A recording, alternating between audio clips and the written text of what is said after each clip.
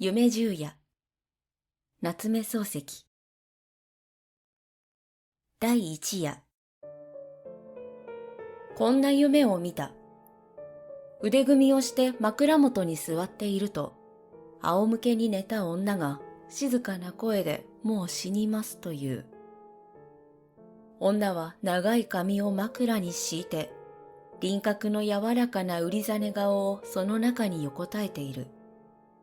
真っ白な頬の底に暖かい血の色が程よく差して、唇の色は無論赤い。到底死にそうには見えない。しかし女は静かな声で、もう死にますとはっきり言った。自分も確かにこれは死ぬなと思った。そこで、そうかね、もう死ぬのかね、と上から覗き込むようにして聞いてみた。死にますとも、と言いながら女はパッチリと目を開けた。大きな潤いのある目で、長いまつげに包まれた中は、ただ一面に真っ黒であった。その真っ黒な瞳の奥に、自分の姿が鮮やかに浮かんでいる。自分は透き通るほど深く見えるこの黒目の艶を眺めて、これでも死ぬのかと思った。それで、寝頃に枕のそばへ口をつけて、死ぬんじゃなかろうね。大丈夫だろうね。とまた聞き返した。すると女は黒い目を眠そうに見張ったまま、やっぱり静かな声で、でも死ぬんですもの、仕方がないわ、と言った。じゃあ私の顔が見えるかいと一心に聞くと、見えるかいってそらそこに映ってるじゃありませんか、とにこりと笑ってみせた。自分は黙って顔を枕から離した。腕組みをしながらどうしても死ぬのかなと思った。しばらくして女がまたこう言った。死んだら埋めてください。大きな真珠貝で穴を掘って、そうして天から落ちてくる星の欠けを墓印に置いてください。そうして墓のそばに待っていてください。また会いに来ますから。自分はいつ会いに来るかねと聞いた。日が出るでしょう。それから日が沈むでしょう。それからまた出るでしょう。そうしてまた沈むでしょう。赤い日が東から西へ、東から西へと落ちてゆくうちに、あなた待っていられますか？自分は黙ってうなずいた。女は静かな調子を一段張り上げて、100年待っていてください。と思い切った声で言った。100年、私の墓のそばに座って待っていてください。きっと会いに来ますから。自分はただ待っていると答えた。すると、黒い瞳の中に鮮やかに見えた自分の姿がぼーっと崩れてきた。静かな水が動いて映る影を乱したように、流れ出したと思ったら女の目がパチリと閉じた。長いまつげの間から涙が頬へ垂れた。もう死んでいた。自分はそれから庭へ降りて真珠貝で穴を掘った。真珠貝は大きな滑らかな縁の鋭い貝であった。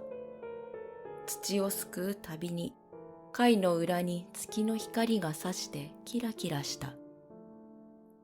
湿った土の匂いもした。穴はしばらくして掘れた。女をその中に入れた。そうして柔らかい土を上からそっとかけた。かけるたびに真珠貝の裏に月の光が差した。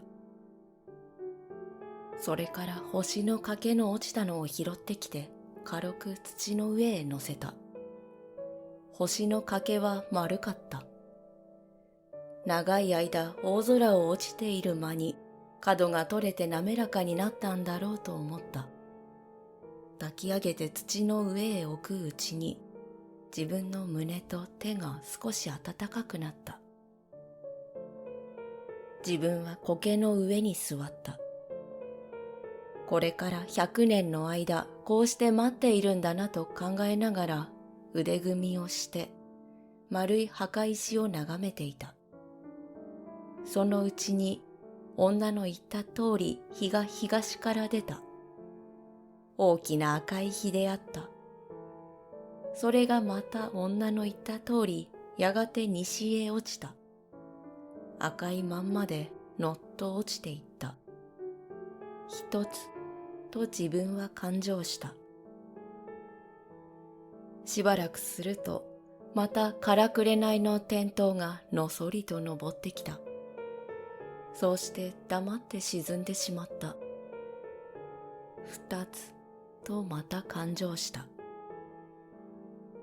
自分はこういうふうに一つ二つと感情していくうちに赤い日をいくつ見たかわからない。感情しても感情してもし尽くせないほど赤い日が頭の上を通り越していった。それでも100年がまだ来ない。しまいには苔の生えた丸い石を眺めて、自分は女に騙されたのではなかろうかと思い出した。すると、石の下からハスに自分の方へ向いて青い茎が伸びてきた。見る間に長くなってちょうど自分の胸のあたりまで来てとどまった。と思うと、すらりと揺らぐ茎の頂に心持ち首を傾けていた細長い一輪のつぼみがふっくらと花びらを開いた。